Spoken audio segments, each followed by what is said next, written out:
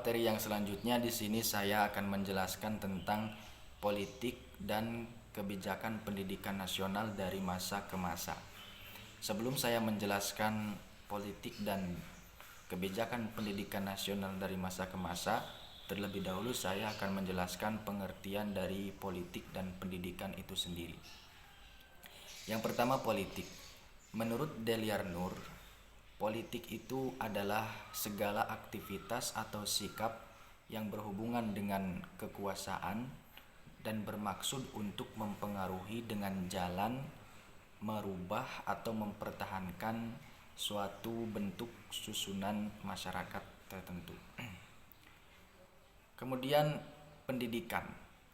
Menurut Ki Hajar Dewantara, pendidikan itu adalah tuntutan bagi pertumbuhan anak, yang artinya bahwa pendidikan menuntut segala kekuatan kodrat yang ada pada diri anak agar mereka sebagai manusia dapat mencapai keselamatan dan kebahagiaan yang setinggi-tingginya. Oleh karena itu, politik pendidikan adalah segala kebijakan pemerintah di suatu negara di dalam bidang pendidikan dengan adanya peraturan perundang-undangan atau yang lainnya untuk menyelenggarakan pendidikan demi tercapainya tujuan negara. Nah, adapun kebijakan pendidikan nasional yang ada di Indonesia dari masa ke masa secara umum ini dapat dikategorikan pada 4 periode. Yang pertama, kebijakan pendidikan pada periode prakemerdekaan, yaitu khususnya pada masa pemerintahan Belanda. Kebijakan pendidikan pada masa pemerintahan Belanda ini sangatlah diskriminatif, karena memang yang berkuasa pada saat itu adalah Belanda, maka tentunya yang menentukan kebijakan-kebijakan termasuk kebijakan pendidikan pada saat itu tentu adalah pemerintahan Belanda. Nah, kebijakan pendidikan pada masa pemerintahan Belanda ini itu bersifat diskriminatif. Hal ini bisa dilihat dari pembedaan pendidikan terhadap golongan-golongan tertentu. Misalnya di situ pada masa pemerintahan Belanda ada sekolah Eropa, ada juga sekolah Bumi Putra.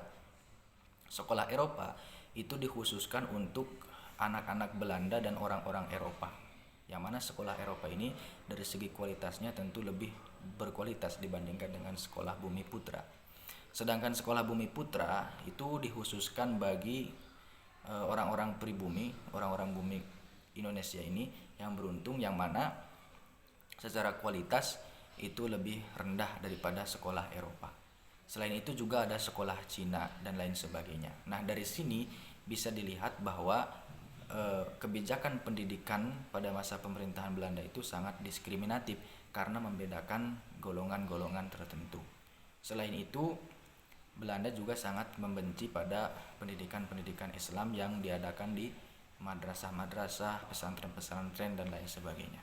Itu kebijakan pendidikan pada masa pemerintahan prakemerdekaan, khususnya pemerintahan Belanda.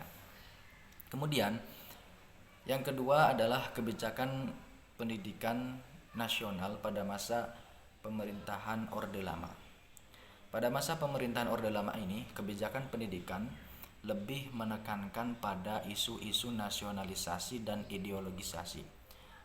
Hal ini dikarenakan pada masa itu masih pada masa-masa krusial pasca kemerdekaan, di mana masih terjadinya banyak konflik yang mengarah pada separatisme, sehingga implikasi dari kebijakan ini maka muncullah masyarakat Indonesia yang berjiwa nasionalisme sangat tinggi dan berpatriot Pancasila. Kemudian yang selanjutnya adalah kebijakan pendidikan pada masa Orde Baru. Kebijakan pendidikan pada masa Orde Baru ini sangatlah diwarnai oleh intervensi-intervensi dari kekuasaan Orde Baru pada saat itu, sehingga kurikulum-kurikulum pendidikan sempat dijadikan alat atau dimanfaatkan untuk melanggengkan kekuasaan Orde Baru pada saat itu. Bahkan di masa Orde Baru ini pula terjadi penyeragaman, sehingga budaya daerah, tarian daerah dan kearifan-kearifan lokal pada saat itu mengalami nasib yang sangat tragis, bahkan banyak dari tarian daerah, kebudayaan daerah dan kearifan lokal yang mati. Kemudian yang terakhir yaitu kebijakan pendidikan pada masa reformasi, yang mana kebijakan pendidikan pada masa reformasi ini ditandai dengan dikeluarkannya Undang-Undang Sistem Pendidikan Nasional Nomor 20 Tahun 2003, yang mana di era reformasi ini penekanannya terletak pada desentralisasi dan demokratisasi.